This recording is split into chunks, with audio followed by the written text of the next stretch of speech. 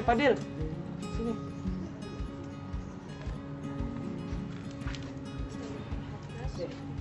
Sibuk amat dah.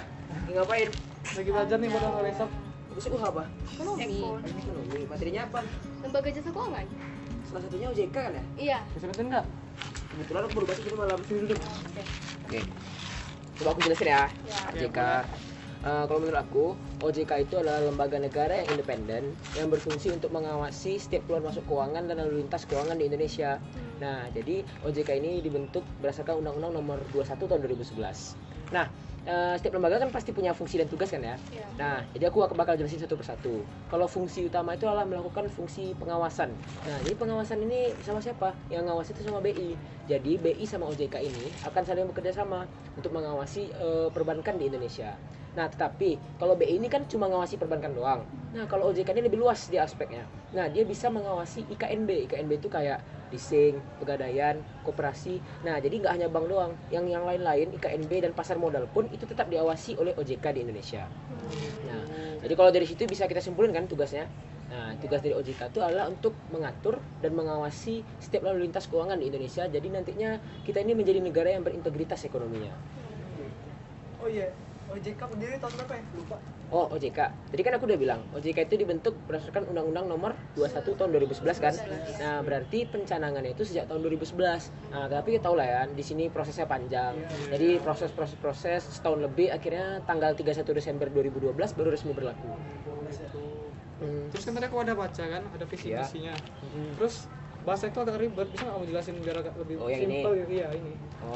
Kalau visi, coba ya aku jelasin pakai bahasaku. Kalau menurut aku visi dari OJK itu adalah untuk menjadi lembaga yang terpercaya oleh masyarakat sehingga nantinya bisa melakukan pengawasan terhadap lalu lintas keuangan di negara kita. Nah, jadinya nanti keuangan Indonesia ini bisa semakin meningkat dan bisa bersaing secara global dan otomatis nanti masyarakat kita juga sejahtera. Nah, jadi untuk melakukan visi ada misi ya. Misi ini hampir sama dengan tujuan OJK. Nah, jadi misi atau tujuan OJK ini adalah yang pertama untuk mengatur perekonomian itu agar lebih adil, taat, tertib. Yang kedua untuk mengatur kestabilan keuangan, pokoknya agak lebih stabil gitu. Yang terakhir yang pasti untuk melindungi hak-hak masyarakat gitu. Hak-hak bidang ekonomi kan banyak tuh. Nah, itu dilindungi oleh OJK. Sekarang aku udah agak paham karena pakai bahasa teman ya. Udah agak simpel. OJK nggak sulit kok. Oke. Siap. Kan lembaga jasa keuangan nggak hanya OJK kan? Iya. Ada apa lagi sih? Lembaga jasa keuangan tuh nggak hanya OJK, dia ada juga bank. Tapi aku Iya. kan tadi udah baca bank sedikit kan, cuman nggak ngerti juga. Oh gitu. Ada yang bisa jelasin nggak ya? Nah, jelas Pak Debang kan? Iya, insya Allah. Tolong jelasin dong. Oke, jadi bank itu berasal dari bahasa Italia, banco, artinya bangku. Nah, apa sih maksud bangku itu? Nah, pada masa dahulu, bangku itu merupakan tempat operasional para bankir dalam melayani nasabahnya. Nah, berdasarkan fungsinya, bank itu ada dua, ada bank umum sama BPR. BPR. Apa tuh BPR? Nah, BPR itu singkatan dari Bank Perkreditan Rakyat.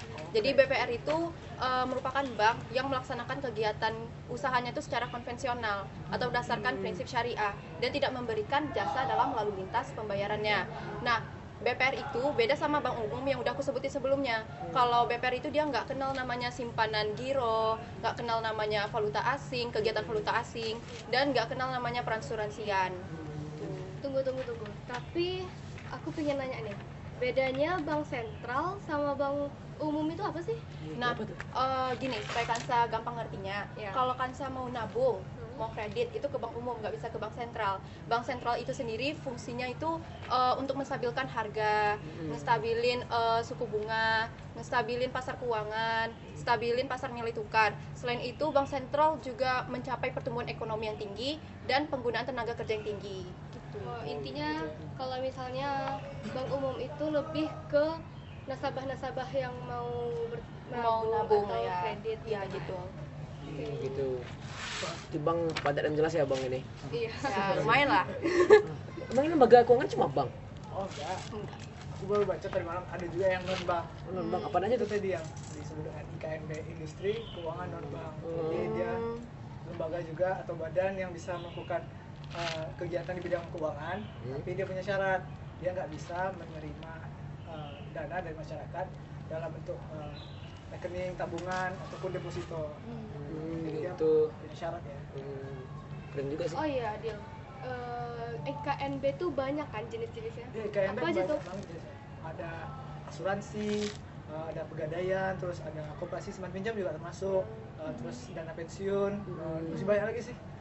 Contohnya aja ini asuransi. Pasti dari kita ada yang ikut asuransi kan? Nggak mungkin. Iya. Terus aku sih baru kemarin kemarin ya? mama aku ngajak gue ke asuransi, katanya biar diasuransiin, tapi gue nggak ngerti apa tuh asuransi, gunanya apa. Oke, jadi gini, asuransi itu ada sebuah perjanjian di mana antara yang penanggung dan tertanggung gitu kan. Iya.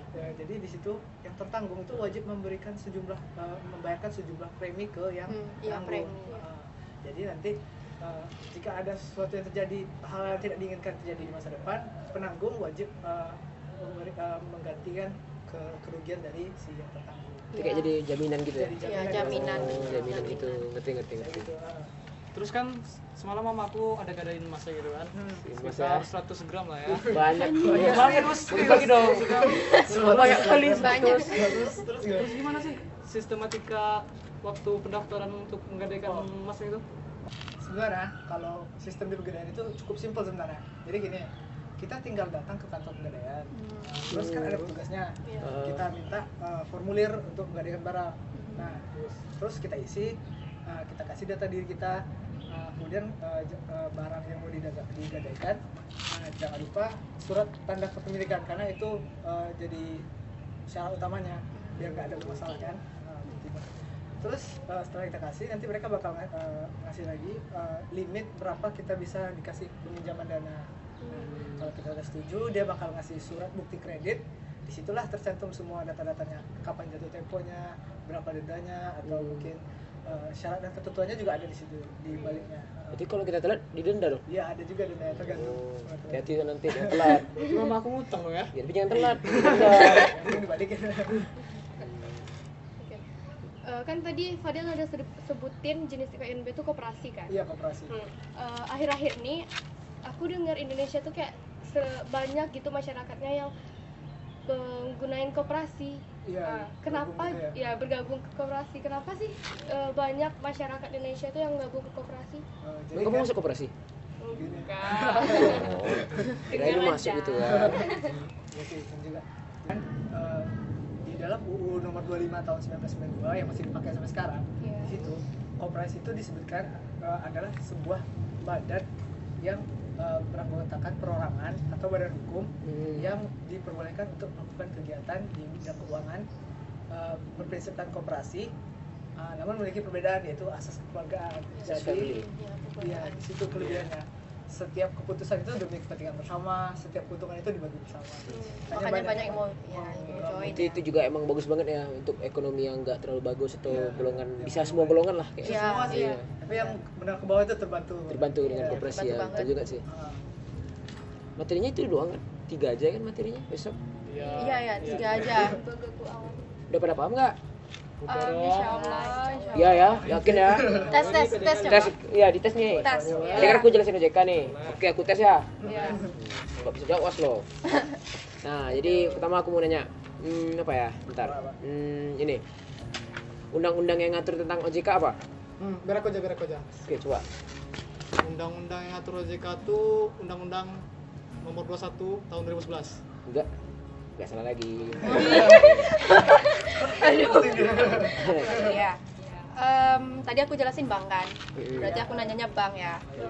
Bedanya bank umum sama BPR apa? Ada yang bisa jelasin? Sebutin maksudnya. Apa ya? Aku ingat. Ini udah paling siap kayaknya. Cuma ingat Bang Momom itu mengimpun dana loh. Beda bank umum sama bank BPR.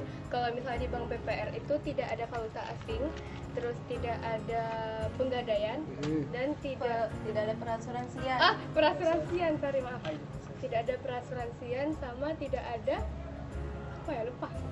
Malah tadi udah dibilang. Udah. Satu lagi nggak ada simpanan giro. Oh iya, simpanan giro. Aduh, lupa terus. Nah, Fadil lagi yang nanya, Fadil lagi yang nanya. Kan siapa Bapak Koperasi Indonesia? Momen Mantap. Natal.